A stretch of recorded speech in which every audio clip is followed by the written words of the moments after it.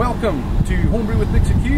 We're here at the Brewdog Brewery in Fraserburgh, Scotland. It's in Aberdeenshire, and we're going to go in now and have a look around the brewery and speak to the head brewer, Stewart Bowman. Let's get it done. I'm going to here with the head brewer, this is Stewart. Say hello. Hello. We're going to go for a tour of the brewery and see what they get up to. Excellent. Well, this is our brew house. Essentially a giant homebrewing pit. You take a look around, there is very, very little automation on this at all.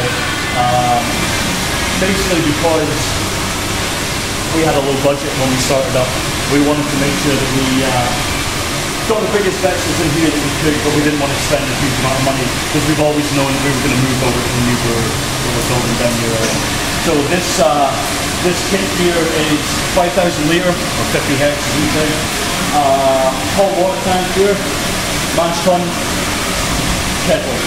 So very, very standard for any British brewery that you would go to. We're brewing punk IPA at the moment, so a 5,000 litre batch of punk. And so when we're mashing in, we mash in with 25 kilogram bags of pre-crushed malt because we don't have space for a mill. And this is just extra pale ale malt. Nothing really special to it. It's a very, very generic grind on it as well. Right. Because it's a traditional British mash tun isothermal, it's pretty standard for any brewery, the crush on the malt. So what we do is we lower this guy down here. This is our auger, so it falls down to the ground, and we load every bag in, and it fires it up and into the mash tun. For a batch of punk IPA, we will load in just over a ton of malt. So that's just about 40 bags of this going in, bag at a time. Very, very hard work. But it's good, keeps us fit. And the other type of malt that we use in punk IPA, not very much, but a little bit, is caramel. So caramelized malt, basically quite low colour compared to some of the other coloured or speciality malts that you have. It looks like it would smell very nice. It's beautiful. It's got a lovely kind of biscuity, kind of toffee aroma to it. And it gives the beer a little bit of colour, a little bit of that kind of red hue to it, and it also gives it that lovely kind of biscuity aroma and mouthfeel as well, because it's a little bit of sweetness in it. So for something that would otherwise be quite a dry beer, it just gives the sweetness a little bit and just makes it a little bit more balanced. Yeah, so these are the two malts that go in.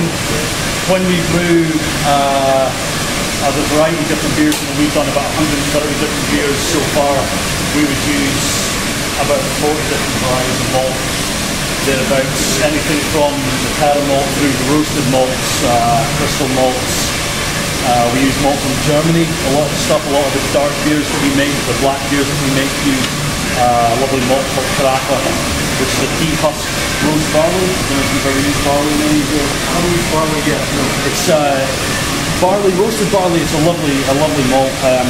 We'll probably take a run out to the malt store at some stage. Take a look at some of there. Nice malt, huge black colour to it, a lot of coffee aromas. But because it doesn't have that husk material, that stuff from the outside, that on regular roasted barley can give the beer quite an astringent note. Right. Almost like a young or a cheap red wine, kind of like sucks the moisture out of your mouth. But because this stuff is dehusked, it gives you the colour, it gives you the flavours, but it doesn't give you that sweet. Right. But we'll take a look at some of that later on. One thing I wanted to ask. Yeah. What's Nanny Stay Only? That's a beer, isn't it? That's our beer, yeah. That's our... Did you bring that out after you got a slap on the wrist for the Tokyo? That was released as a direct result of the Tokyo. Basically... Is it like a piss weak beer, is it? It's 0.5%. Right, yeah. And the thing is, when we brew these systems, this system, because it's very basic, it's very flexible. When we load... like I said, the punk IPA is just over a ton of malt. When we do the nanny state, it's about 250 kilograms, thereabouts. Still brew the same amount, because it's only 0.5 ABV, we only need 8 or 10 bags of malt, whatever it is, to give us the desired amount. And because it's such a small amount of malt in there, we end up usually collecting an awful lot. We can collect up to, you know, that looks like it's about 70 hex worth of wort. But because it doesn't have much malt in it, we're not in danger of getting big boil overs. If we tried to do that with another beer that had a lot of malt in it, because of the amount of proteins in there, it would boil way over. Shit, yeah. It's not a nice thing to clean up, and it can be kind of dangerous. Adding your hops, you can get a big, you know, people being killed in breweries before with that kind of stuff. So that's the only reason we have that in there. Nothing should go up that high. And are you still making nanny state, are you? Yeah, we do. Yeah, we've got a batch in tank. We're actually away to filter that this afternoon, so we can bust out some of that. It's a good driving beer. It's an assault on the senses. Yeah. It's a lot of hops in it. Yeah. Because it doesn't have that malt body to it. Doesn't have that alcohol to it. We felt that a lot of the low alcohol or the non-alcoholic beers were losing a lot at the back end because we didn't have that ethanol, didn't have that kind of maltiness to it. So we basically replaced the ethanol in that malt body with hops. We've thrown in hops in every available tank whenever we could. There's hops, first wort hops go to the kettle. So before we start running wort brew, we've got hops in it. We've got bittery hops in it, we've got aroma hops in it, we've got dry hops into the FD. I didn't even know you did this beer. Yeah, I'm going to have to try this. It sounds really good. It's interesting. We'll grab some of it later on. Probably the most mature beer we have at the moment. That'll be a good one to try. So what we're doing right now actually is we're running off. So let me grab a wee glass. So this is the wort for the Punk IPA. This is on the initial stage of the runoff, so it's the strong worts. So this will be a lot higher than the I guess original gravity of the beer at the end of it. But lovely colour to it. That is up at probably about 1070. So if we brewed a beer from that strength, it would make it about, depending on the finishing gravity, about 6.5%. It's actually, in its current state, tastes like quite a nice malty drink. Yeah, right.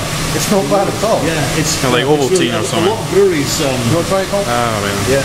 A lot of breweries, not in the UK, but a lot of breweries will take their kind of leftovers from, I guess, this process, big automated process, make drinks out of this, sell it to the supermarket. You can get some of them in.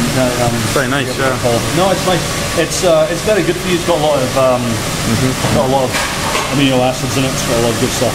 It's what you should be drinking before you turn it into beer, right? Exactly. But so that's us running off. The malt sits in here for an hour to allow the conversion of all the starch molecules, that powder you see in there, from the starch into the fermentable sugars. So it sits in there for an hour. After an hour, we start to slowly transfer through to the kettle. Basically through this little guy down here, which is called an underback or a grant if we're from Scotland. And that basically is used so that we can regulate the flow of the wort that's going through. We can also look at its clarity, if it's pulling a lot of malt material through or anything like that. So you transfer all of this through this? Yeah, all the wort that goes through the system goes through this little vessel down. We need to be very concerned with the hygiene of it, pretty much from the chilling unit, so the end of the brew down into the FDs. Very, very important to make sure everything is sterile, hygienic and everything like that. But for this stage, not so much. So yeah, this transfers through to this guy through here, which is a kettle, and it essentially is just that. It's a giant kettle. You can see inside there. Yeah. Heating flues in the bottom, so burns gas, pumps it around these flues, heats it up. Right, you can't really see much. It's pretty dark. You're better off pulling out a wee bit. You can't see it. You can maybe take a look from the top. You might get a little bit more light through the side. It's not too bad when you pull it away. But this, it's not too bad. Cool. Yeah, so that'll fill up over the course of about 3 hours. Yeah. Once we've withdrawn our, well, we've actually already had started sparging, but once we've got our sweet worts off, we start sparging. So introducing hot water to the top of the mash. Yeah. Washes through as much of the sugars, the colour as well that we can get from the malts. and that basically makes it up to volume. So we adjust the strength of the brew by the amount of malt that goes in, but also the amount of water that we add in on top, and that's largely the thing. So without getting too about it, So, what is the average OG of a punch IPA then? 1054. Which will cement it out to 10-12, which is our target final gravity, gives us 5.6%. It's good stuff. It's a lovely beer, it is a lovely beer, and that's the next stage we have, the hops. Okay, so we've looked at the mash tun and the boiler. Now we're going to go and check out some hops.